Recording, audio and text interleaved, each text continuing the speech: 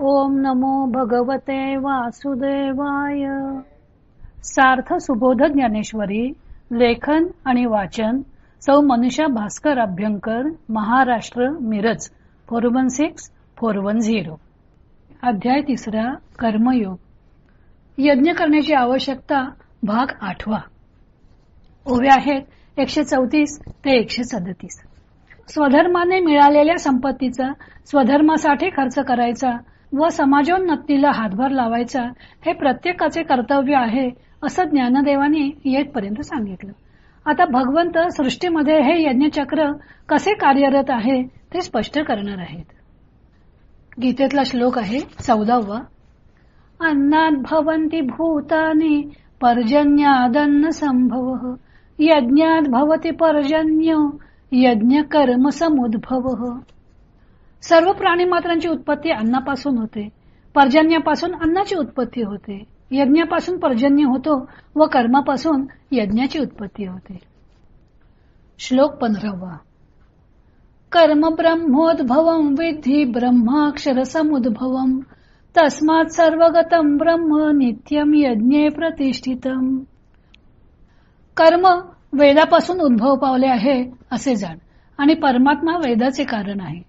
म्हणून सर्वव्यापी सर्व विषयांचे प्रकाशन करणारा वेद नित्य यज्ञामध्ये स्थित आहे. अन्नास्तव भूते प्ररोह पावती समजते मग वारीषु या अन्नाते सर्वत्र प्रसवे. ही सर्व भूते अन्नापासून वाढतात व या अन्नाला पाऊस चोहीकडे उत्पन्न करतो. तया पर्जन्या यज्ञे जन्म यज्ञाते प्रकटी कर्म कर्मासी आधी ब्रह्म वेदरूप. तो पाऊस यज्ञापासून उत्पन्न होतो. तो यज्ञ कर्मापासून प्रकट होतो आणि वेदरूप ब्रह्म हे कर्माचे मूळ आहे. मग वेदाते परापर प्रसवतसे अक्षर म्हणून हे चराचर ब्रह्मबद्ध. दूर व जवळ असणारे म्हणजे सर्वत्र असणारे जे ब्रह्म ते वेदाने उत्पन्न करते. म्हणून हे स्थावर जंगमात्मक विश्व ब्रह्मात गोवलेले आहे. परी कर्माची ये मूर्ती यज्ञी अधिवासू श्रुती ऐके सुभद्रापती अखंड ग. अर्जुना ऐक, परंतु मूर्तिमंत कर्मरूप यज्ञामध्ये वेदाचे निरंतर राहणे आहे. यज्ञ शब्दाची व्याप्ती सांगून सृष्टीतील भूतमात्र यज्ञरूपी कर्तव्याने कसा बांधला गेला आहे व जो हा यज्ञ करणार नाही त्याला पाप कसे लागेल ते भगवंतांनी स्पष्ट केले. आता वरील 2 श्लोकात यज्ञचक्र अखंडपणे कसे चालू आहे ते सांगितलेलं आहे. भूते भूतांपासून अन्न, अन्नापासून पर्जन्य, पर्जन्यामुळे यज्ञ, यज्ञामुळे पुन्हा कर्म, कर्मामुळे ब्रह्म, पुढे अक्षर ब्रह्म. सृष्टीच्या सुरुवातीला प्राण्यांची उत्पत्ती कशी झाली हा प्रश्न आधी बीज का आधी वृक्ष या कोड्यासारखा न उलगडणारा आहे. पण हे रहाडगडगे एकदा सुरू झाल्यावर प्राण्यांची उत्पत्ती ही अन्नापासून होते. तैतरीय उपनिषदातील भृगुवल्लीत म्हटलं आहे की अन्नाध्येय व इमानी भूतानी जायन्ते अन्नेन जातानी जीवंती. अर्थात ही सर्व प्राणी मात्र अन्नापासून निर्माण होतात व अन्न पर्जन्य वृष्टीमुळे निर्माण होते. हे सर्वांच्याच परिचयाचं आहे. आता पर्जन्य यज्ञामुळे पडतो असं म्हणणं थोडं धाडसच आहे. यज्ञातील उष्णतेने पाण्याची कितीशी वाफ होणार अशी शंका येऊ शकते. स्मृतीत म्हटलं आहे की अग्नीला अर्पण केलेली आहुती सूर्याला पोचते आणि मग सूर्यामुळे वृष्टी होते. वृष्टीमुळे अन्नाची निर्मिती होते आणि त्यामुळे प्रजा जगतात. छांदोग्य उपनिषदात म्हटलंय अग्निर्वै धूमो भूत्वा अभ्रम भवती अभ्रम भूत्वा मेघो भवती मेघो भूत्वा प्रवर्षती. थोडक्यात पर्जन्याची निर्मिती उष्णतेपासून आहे. यज्ञ हा कर्ममूलक आहे व कर्म हे वेदाने सांगितलेले आहे. म्हणून कर्म ब्रह्मोद्भवम विद्धी यातील ब्रह्म शब्दाचा अर्थ वेद असा घेतला पाहिजे. यातील ब्रह्म शब्दाचा कोणता अर्थ घ्यावा याबद्दल विद्वानांच्या मध्ये मतभेद आहेत. रामानुजन, लोकमान्य टिळक इत्यादी ब्रह्म शब्दाचा अर्थ प्रकृती असा घेतात. जसं करंदीकर, दांडेकर, बाबाजी पंडित, स्वरूपानंद सरस्वती ब्रह्म शब्दाचा अर्थ वेद असा करतात.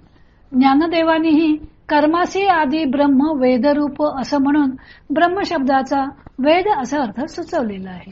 कारण वेदांनी कर्म करण्याची आज्ञा केलेली आहे. तेजोमयानंद ब्रह्मशब्दाचा ब्रह्मदेव असा अर्थ करतात. ब्रह्मदेवाने सृष्टी निर्मितीचे कार्य करून कर्माची निर्मिती केली. सदाशिव शास्त्री भिडे ब्रह्मशब्दाचा सगुण ब्रह्म असा अर्थ घेतात. हाही अर्थ अधिक संयुक्तिक वाटतो.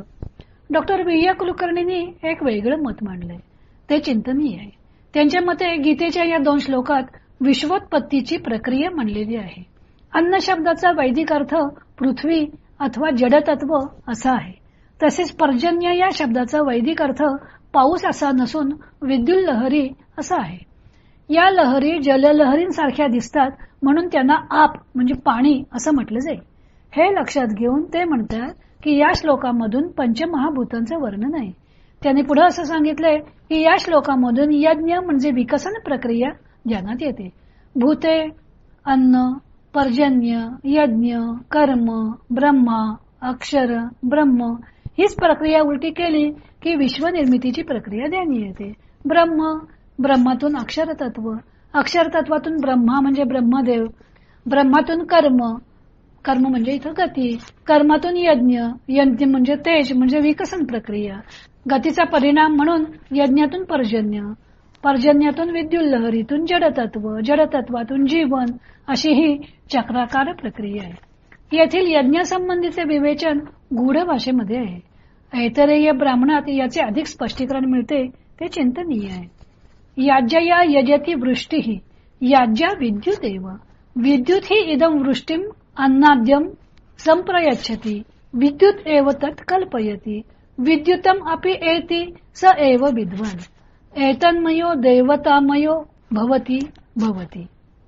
याचा अर्थ असा आहे की यज्ञाने वृष्टी होते. यज्ञ म्हणजेच विद्युतच वृष्टी रूपाने अन्नादी पदार्थ देते. ते पदार्थही एका अर्थाने विद्युतच असतात.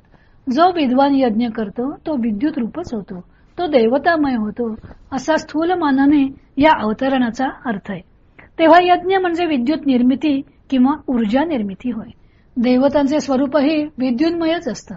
विद्वान विद्युत निर्मिती करतात, तेही स्वतः चैतन्य रूप वा देवतामय बनतात. थोडक्यात जडद्रव्य विरहित केवळ ज्ञानमय चैतन्य हे देवाचं रूप असतं.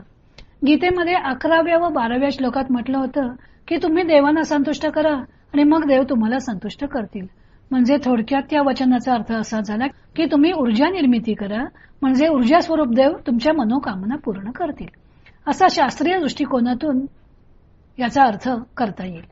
सध्या ऊर्जा निर्मितीमुळे आपण आकाशवाणी, दूरदर्शन, दूरश्रवण, संगणक असे विविध उपभोग घेत आहोत. ज्ञानदेवानीही ही सृष्टी प्रक्रिया गीतेप्रमाणेच वर्णन केलेली आहे. एक ओवी लक्षात घेण्यासारखी आहे. ज्ञानदेव म्हणतात, मग वेदाते परापर प्रसवतसे अक्षर. वेदाला पर व अपर असणारे जे अक्षर ब्रह्म ते उत्पन्न करते. परापर या शब्दाचा अर्थ सोनोपंतांनी दूर किंवा जवळ असा दिलेला आहे. दूर व जवळ असणारे ब्रह्म वेदानं उत्पन्न करते. जवळ असणारे म्हणजे सगुण असणारे व दूर असणारे म्हणजे निर्गुण असणारे असाही अर्थ होऊ शकतो. त्यामुळे विश्वनिर्मितीची प्रक्रिया निर्गुण ब्रह्म, त्याच्यापासून सगुण ब्रह्म, त्याच्यातून वेद, त्याच्यातून कर्म अशी सुद्धा सांगता येते. भगवंत हेच यज्ञचक्र चालू ठेवण्यास सांगत आहेत. हे यज्ञचक्र चालू राहण्यासाठी प्रत्येकाने आपापले योगदान दिले पाहिजे आणि आपापले योगदान न देता नुसते हे सर्व उपभोग जो घेतो तो गीतेच्या मते चोर आहे, त्याचा जन्म व्यर्थ आहे असे भगवंत पुढच्या श्लोकात सांगणार आहेत. तो भाग आपण उद्या पाहूया.